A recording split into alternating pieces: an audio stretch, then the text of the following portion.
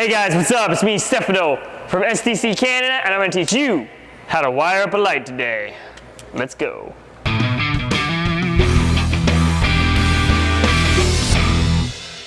So what you're going to need, you want to make sure you have your boxes, both an octagon for your light and some kind of device box for your switch. In this case, we have an 1110 commercial box.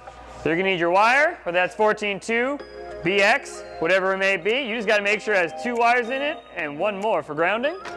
Your light, whatever kind of light you're going to install. In this case, we just got a keyless, which is a very simple light bulb inside, hot, neutral, and you're going to need your switch. Single pole switch, should have only 2 screws on the side and 1 for bonding. Okay, so let's get to it. So the first thing you're going to want to do is strip your wires aside. So I got my handy knife. We're going to go ahead and strip it to size. Now, whenever you come out of a box, you always want to have roughly about 6 inches coming out. It's always good to leave a little more. I give a little gnarly dude. Check it with my knife, and I'm going to let it ahead, and I'm going to strip them.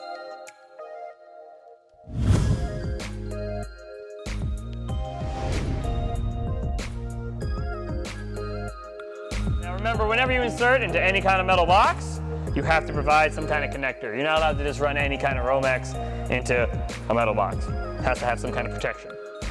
So after our wires are all pulled in, it's time to strip the ends, exposing the copper. Now make sure, when you're using your handy strippers, to always use the proper size gauge for the proper size wire. So this is 14 gauge wire, so we're going to use size 14 hole.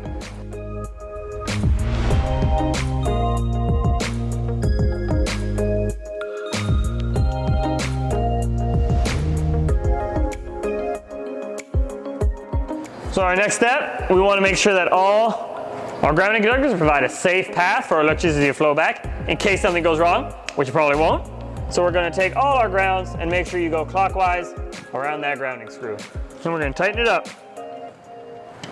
So the next thing we're going to want to do is connect up our neutral wires and provide a path to the light, because switches don't need neutrals, only lights need neutrals. So we're going to line these guys up by the ends. We're going to make sure to have our barrette handy to cap on, but I think it's always a good idea to have your pliers and twist those guys together and ensure that the continuity between them will always be maintained.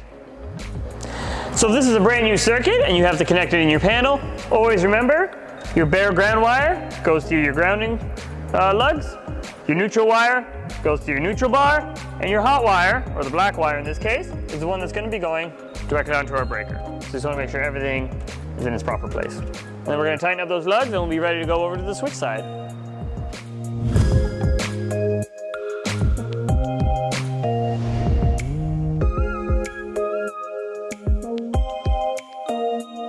So now it's time to connect up our devices. Now some devices like this switch have a plate in the back that make it easy for the hot to go right underneath without any modifications. But for things like this keyless that are just a simple screw, we're actually going to have to take our strippers and curl these wires around to provide a nice connection to the circuit. So we're just going to curl around like that, and that'll hook around the screw very nicely. So the last step is to actually mount our devices onto our boxes. For things like this keyless, we're going to mount them straight onto the screws provided by the box, and for this switch, we're going to be using the screws that are attached to the switch. That will insert right into the box and ensure it's nice, safe, and secure. So if you've done everything right, this light should turn right on.